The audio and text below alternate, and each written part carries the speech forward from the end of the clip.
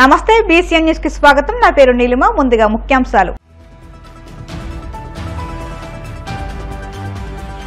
విశాఖ తీరంలో యోగాంధ్ర సందడి. సామూహికంగా యోగాసనాలు వేసిన మంత్రులు డిబివి స్వామి, సత్యకుమార్, బీసీ జనార్దన్ రెడ్డి, సవిత.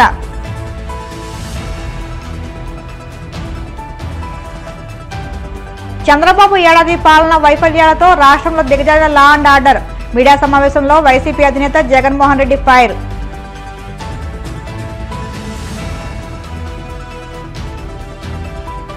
పల్నాడు పర్యటనపై షర్మిల సంచలన కామెంట్స్. బెట్టింగ్ లో ఆత్మహత్య చేసుకున్న వాళ్ళని పరామర్శించడం, విగ్రహాలు కట్టడం ఏంటని సూటి ప్రశ్న.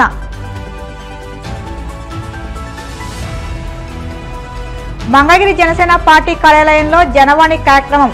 ప్రజల నుంచి అర్జీలు స్వీకరించిన పార్టీ రాష్ట్ర కార్యదర్శి అమ్మిశెట్టి వాసు. యోగా ప్రాముఖ్యతను ప్రతిబింబించే యోగాంధ్ర కార్యక్రమంపై విశాఖపట్నంలో విస్తృత ప్రచారం కల్పించారు. ఇందులో భాగంగా ఉదయం నగరంలోని బీచ్ రోడ్డులో పెద్ద ఎత్తున వాక్థాన్ నిర్వహించారు. ఈ కార్యక్రమంలో రాష్ట్ర మంత్రులు డివిబి స్వామి, సత్యకుమార్, బీసీ జనార్దన్ రెడ్డి, సవిత, ఉన్నతాధికారులు, ప్రజలు ఉత్సాహంగా పాల్గొన్నారు. వాగ్దానం ముగిసిన అనంతరం విశ్వప్రియ ఫంక్షన్ హాల్ ప్రాంగణంలో ప్రత్యేక కార్యక్రమం ఏర్పాటు చేశారు. ఇక్కడ మంత్రులు, అధికారులు ప్రజలతో కలిసి వివిధ యోగాసనాలు వేశారు. యోగా ద్వారా శారీరక, మానసిక ఆరోగ్యం చేకూరుతుందని, ప్రతి ఒక్కరూ దైనందిన జీవితంలో యోగాను భాగం చేసుకోవాలని ఈ సందర్భంగా మంత్రులు పిలుపునిచ్చారు. కోట్ల మంది రిజిస్ట్రేషన్లు 21వ తేదీ నాడు యోగాలో భాగస్వామ్యం వహించడానికి చేసుకున్నారంటే ఈ రాష్ట్రంలో ముఖ్యమంత్రి గారు కానీ లేదా ప్రధానమంత్రి గారు గత 10 సంవత్సరాలుగా చేస్తున్న కృషి కారణంగా యోగా పట్ల ప్రజల్లో ఎంతటి అవగాహన కలిగింది, యోగా ద్వారా జరిగే లబ్ధి ఏంటి. ఇప్పుడే మనం యోగా చేసాం. ఒక్కొక్క ఆసనం మన శరీరంలోని 2-3 భాగాలని, అవయవాల్ని ఉత్తేజితం చేస్తుంది. కేవలం శారీరక ఆరోగ్యమే కాకుండా మానసిక వికాసానికి కూడా తోడ్పడుతుంది. ఇవాళ మారిన పరిస్థితుల్లో అనేక మానసిక రుగ్మతలు లోనవుతున్న నేపథ్యంలో చిన్న పిల్లలకి ఈ యోగాని ప్రాక్టీస్ చేయడం ద్వారా, ప్రాణాయామం నేర్పించడం ద్వారా వారిలో ఆ ఒత్తిడి తగ్గి ఏకాగ్రత పెరుగుతుంది. తద్వారా చదువు మీద ధ్యాస పెట్టగలరు. అదే యువతలో కూడా ఒక ఆత్మవిశ్వాసం పొందుతుంది. వయసు పెరిగిన వారిలో ఒక ఆరోగ్యకరమైన వాతావరణంలో వారు ఉండడానికి అవకాశం ఉంటుంది. యోగా అనేది కేవలం ఒకరు ఈ నెల రోజులుగా ఇటువంటి పెద్ద ఎత్తున ఇంతటి ప్రతిష్టాత్మకంగా యోగా దినోత్సవాన్ని నిర్వహించడానికి ప్రధాన కారణం ఏంటంటే యోగా అనేది ఏదో ఒక రోజు యోగా దినోత్సవం నాడు మాత్రమే జరుపుకొని తర్వాత మర్చిపోవడం కాదు. మన దైనందిక జీవితంలో దీన్ని ఏ రకంగా మనం తింటామో, ఏ రకంగా పడుకుంటామో, ఏ రకంగా కార్యాలయంకి వెళ్తామో, ఏ రకంగా టీవీ చూస్తామో ఆ రకంగా ప్రతిరోజు యోగా కోసం 1 గంట సమయాన్ని ఇస్తే అనారోగ్యం బారిన పడకుండా జాగ్రత్తలు తీసుకోవడానికి అవకాశం ఉంటుంది. ముఖ్యమంత్రి గారు ఎప్పుడు చెప్తుంటారు, క్యూరేటివ్ మెజర్స్ కన్నా ప్రివెంటివ్ మెజర్స్ తీసుకోవాలని. అనారోగ్యం బారిన పడిన తర్వాత, ఆరోగ్యం చెడిపోయిన తర్వాత దానికి చికిత్స అందించడం కన్నా ఆ ఆరోగ్యాన్ని కాపాడుకుంటూ అనారోగ్యం మన దరిదాపులకు రాకుండా చూసుకోవాల్సిన బాధ్యత వ్యక్తిగతంగా మన అందరికీ ఉంది. కుటుంబంలో మన కుటుంబ సభ్యులను కూడా చూసుకోవాల్సిన బాధ్యత కూడా మన అందరికీ ఉంది.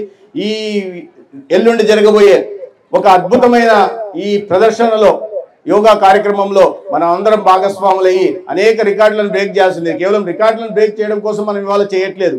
దీని ద్వారా ప్రజల్లో అవగాహన కల్పించి యోగాని ప్రతిరోజు చేయడానికి ప్రేరేపించే దిశగా ఇన్ని ప్రయత్నాలు జరుగుతున్నాయి. కాబట్టి మనం అందరం కలిసి 21వ తేదీ 11వ అంతర్జాతీయ దినోత్సవాన్ని ఒక ఫలప్రదం చేయాలని గౌరవ ప్రధానమంత్రి గారికి, ముఖ్యమంత్రి గారి అంచనాలకు మించి ఈ యోగా కార్యక్రమాన్ని జయప్రదం చేయాలని కోరుకుంటున్నాను. ధన్యవాదాలు. జై యోగాంధ్ర, జై స్వర్ణ. ఒక నెల రోజులు యోగాంధ్ర కార్యక్రమాన్ని పెట్టుకొని యోగాని ప్రజలకు దగ్గరగా తీసుకువెళదాము. ప్రజలకి యోగా పట్ల ఆసక్తి కలగజేద్దాము. యోగా యొక్క బెనిఫిట్స్ ప్రజలందరికీ కూడా తెలియచెప్పుదాము. యోగా ఇంటర్నేషనల్ యోగా డే నాడు మనం ప్రాక్టీస్ చేయడమే కాకుండా జీవన విధానంలో ఒక భాగంగా చేద్దాము అనే ఉద్దేశంతో ముఖ్యమంత్రి గారు ఇచ్చిన టార్గెట్ ఆల్మోస్ట్ 2 కోట్ల మంది ప్రజలకి మనం చేరువవ్వాలి. యోగా వాళ్ళ దగ్గరికి తీసుకువెళ్ళాలి, వాళ్ళు ప్రాక్టీస్ చేసేటట్టు పరికల్పించాలి అనేది ఒకటి.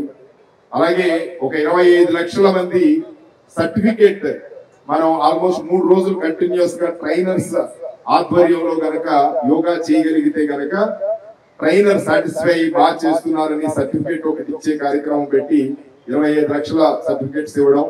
సో అందరూ కూడా ఉత్సాహంగా పార్టిసిపేట్ చేయాల్సిందిగా రిక్వెస్ట్ చేస్తూ చంద్రబాబు ఏడాది పాలనపై ప్రజల్లో తీవ్ర అసహనం ఉందని, ఆయనపై విరక్తితో టీడీపీ శ్రేణులు తమ అసహనాన్ని బహిరంగ ప్రదర్శిస్తున్నారని వైసీపీ అధినేత జగన్మోహన్ రెడ్డి పేర్కొన్నారు. కూటమి ప్రభుత్వం అధికారంలోకి వచ్చాక ఎన్నికల సమయంలో ఇచ్చిన హామీలు అమలు చేయకుండా డైవర్షన్ పాలిటిక్స్ తెరలేపుతూ వైసీపీ నాయకులు, కార్యకర్తలపై అక్రమ కేసులు పెట్టి అరెస్టు చేస్తున్నారని మండిపడ్డారు. గంగమ్మ తల్లి జాతరలో వేటతలలు నరికినట్టు రప్పారప్ప నరుకుతామని పుష్ప సినిమా డైలాగులు, పుష్ప సీన్లు తగ్గేదేలే పుష్ప అని మేనరిజం ప్రదర్శించేలా కేసులు పెడతారని నిలదీశారు. పల్నాడులో పుష్ప ప్లకార్డు పట్టుకున్న యువకుడు గతంలో టీడీపీ సభ్యత్వం తీసుకున్నాడని, చంద్రబాబు పాలనపై విరక్తితో టీడీపీ శ్రేణులు ఇలా తమ అసహనాన్ని బహిరంగ ప్రదర్శిస్తున్నారేమోనని జగన్ అభిప్రాయపడ్డారు. రాష్ట్రంలో ఈరోజు దిగజారిపోయిన లా అండ్ ఆర్డర్ పరిస్థితులు,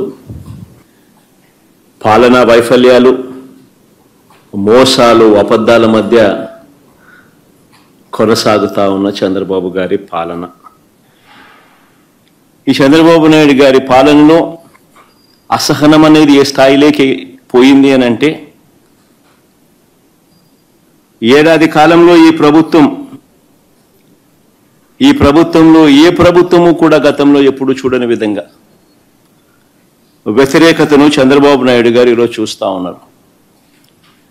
ఇందులో దీని నుంచి డైవర్ట్ చేసేందుకు, ప్రజల సమస్యలు ఎవరైనా గొంతెత్తి విప్పితే ఆ గొంతును నలిపేందుకు ఏడాది కాలంగా మా పార్టీ నాయకులపై చంద్రబాబు నాయుడు గారు పెడతా ఉన్న తప్పుడు కేసులు నిజంగా చూస్తే ఆశ్చర్యం కలిగిస్తాయి. ఎవరు గలం విప్పినా కూడా గలం విప్పకూడదు అనే ఉద్దేశంతో, విప్పనివ్వకూడదు అనే ఉద్దేశంతో తప్పుడు కేసులు పెడతా ఉన్నారు, టాపిక్లు డైవర్ట్ చేస్తూ ఉన్నారు. ఈ తప్పుడు కేసుల సాంప్రదాయాన్ని మరింతగా కొనసాగిస్తూ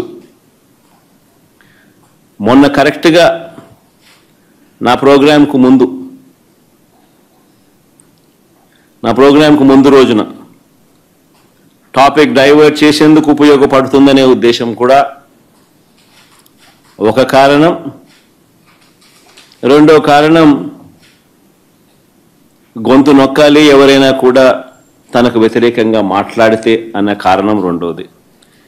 చెవిరెడ్డి భాస్కర్ రెడ్డిని అరెస్ట్ చేయడం నిజంగా ఆశ్చర్యం కలిగించే విషయం. అసలు భాస్కర్ని అరెస్ట్ చేసిన తీరుని చూస్తే, అసలు ఇంతకుముందు మీరంతా కూడా చూస్తూ ఉన్నారు, సంవత్సరం నుంచి ఏ రోజన్నా కానీ భాస్కర్ పేరు లిక్కర్లో ఎక్కడన్నా కనిపించిందా, వినిపించిందా? ఎవడన్నా విన్నాడా? ఎవడన్నా ఎప్పుడన్నా విన్నాడా? భాస్కర్ని ఇరికిచ్చేందుకోసం తప్పుడు సాక్ష్యాలను క్రియేట్ చేస్తూ ఉన్నారు. ఈ మాదిరిగా తప్పుడు సాంప్రదాయానికి నువ్వు నాంది పలుకుతే రేపొద్దున వ్యవస్థ బతుకుతుందా? నక్సలిజం అనేది ఇట్లాంటి దానిలో నుంచి పుడుతుంది. సామాన్యుడి మీద ఇట్లాంటి ఎవడన్నా ప్రదర్శిస్తేనే నక్సలిజం అనేది పుడుతుంది. 2009 ఎమ్మెల్యే, 2012 ఎమ్మెల్యే, 2014 ఎమ్మెల్యే, 2019 ఎమ్మెల్యే, 4 సార్లు ఎమ్మెల్యే. 2024లో మొన్న ఒకసారి ఓడిపోయినాడు. ఆ కాన్స్టిట్యున్సీలో ఆజమాయిషీ కోసం పిన్నెల్లి రామకృష్ణారెడ్డిని తప్పుడు కేసుల్లో ఇరికిచ్చే కార్యక్రమం, నందిగాం సురేష్ను, వల్లభనేని వంశీ దాదాపుగా 2 నెలలు దాటింది. ఒక కేసు అయిపోతానే మళ్ళీ ఇంకొక కేసు, ఒక కేసులో బెయిల్ వస్తూనే మళ్ళీ ఇంకొక కేసు. ఇప్పుడు 11 కేసులు అయినట్టున్నాయి. వీళ్ళంతా మచ్చలేని ఆఫీసర్లు వీళ్ళంతా. చివరికి అన్నిటికన్నా నిజంగా బాధ కలిగించే విషయం, ఆశ్చర్యం కలిగించే విషయం, 70 ఏళ్ళ ముసలైన కొమ్మినేని శ్రీనివాస్, మీతో పాటు మీ తోటి విలేకరి, రెప్యూటెడ్ విలేకరి, సీనియర్ జర్నలిస్ట్, ఏం పాపం చేశాడని చెప్పి నిజంగా అడుగుతా ఉన్నాను నేను. ఆయన జైలుకు పంపడానికి చంద్రబాబు నాయుడు అంత ఉత్సాహం చూపించాడు. ఒక డిబేట్ జరిగేటప్పుడు సహజంగానే కొంచెం అనుకూలంగా కొంతమంది మాట్లాడుతుంటారు, వ్యతిరేకంగా కొంతమంది మాట్లాడుతూ ఉంటారు. ఆ ప్యానలిస్ట్ మాట్లాడే మాటలకు యాంకర్కి ఏం సంబంధం? ఇది మినిమం లాజికల్ రీజనింగ్. అలాంటిది ఆయన తీసుకొచ్చినాడు, జైల్లో వేసినాడు.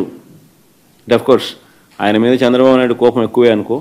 ఇంతకుముందు ఆయన ఉద్యోగం కూడా ఊడగొట్టే దాంట్లో కూడా చంద్రబాబు నాయుడు పాత్ర చాలా క్రియాశీలక పాత్ర పోషించినాడు. అంటే ఆయనకు వ్యతిరేకంగా ఎవరు ప్రజాశక్తి కావచ్చు, ఇంకోడు కావచ్చు, ఆయనకు వ్యతిరేకంగా ఎవడు మాట్లాడినా, ఎవడు రాసినా, ఎవడు చూపించినా రెడ్ బుక్ రాజ్యాంగం కరెక్టేనా? ఇది నిజంగా మహిళల పట్ల చంద్రబాబు నాయుడు గారికి గౌరవం ఉందా అని అడుగుతా ఉన్నా నేను. నిజంగానే మహిళల పట్ల చంద్రబాబు నాయుడు గారికి నిజంగా సిన్సియర్గా అడుగుతా ఉన్నా, గౌరవం ఉందా చంద్రబాబు నిజంగా నీకు అని అడుగుతా ఉన్నా నేను.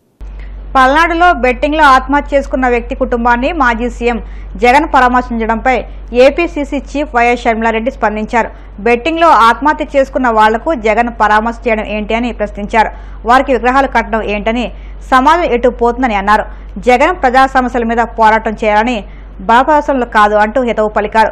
జగన్ బీజేపీకి దత్తపుత్రుడు కాబట్టి అన్ని అనుమతులు ఇస్తున్నారని, దగ్గరుండి బలప్రదర్శనలు చేయిస్తున్నారని ఆరోపించారు. ప్రజా సమస్యల మీద పోరాటాలు చేసే కాంగ్రెస్ కు మాత్రమే ఆంక్షలు విధిస్తున్నారని, జగన్ పర్యటనలకు ఎందుకు ఆంక్షలు లేవని ప్రశ్నించారు.